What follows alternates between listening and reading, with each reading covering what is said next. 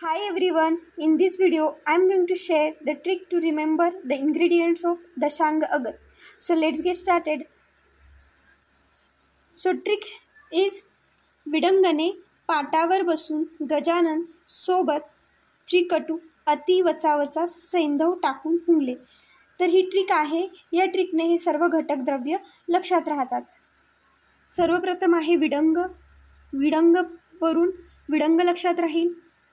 पाटावर बसून तर पाटावरून पाठा लक्षात राहील. गजानन सोबत तर गजाननवरून गजपिंपळी लक्षात राहील. त्रिकटून हे तीन जे द्रव्य आहेत त्रिकटू आहेत हे लक्षात राहतील. सुंठ, मरीच, पिंपळी. अतिवरून अतिविष लक्षात राहील. वचावरून वचा लक्षात राहील. सैंधववरून सैंधव लक्षात राहील.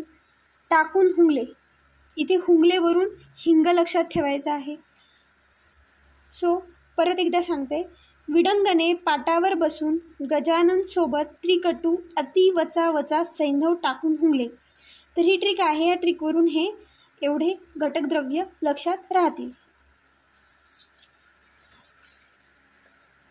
तर याचे जे युजेस आहेत म्हणजेच थेरप्युटिक युटिलिटी तर ती आहे शोथावर दशांगागदाचा उपयोग केला जातो.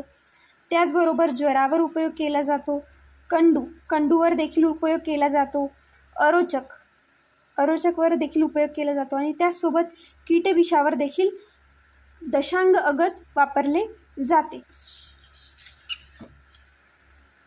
तर हा होता पूर्ण दशांग अगतचा व्हिडिओ. तर व्हिडिओ आवडला असेल तर व्हिडिओला लाईक करा आणि अशाच प्रकारचे मी व्हिडिओज तयार केलेले आहेत.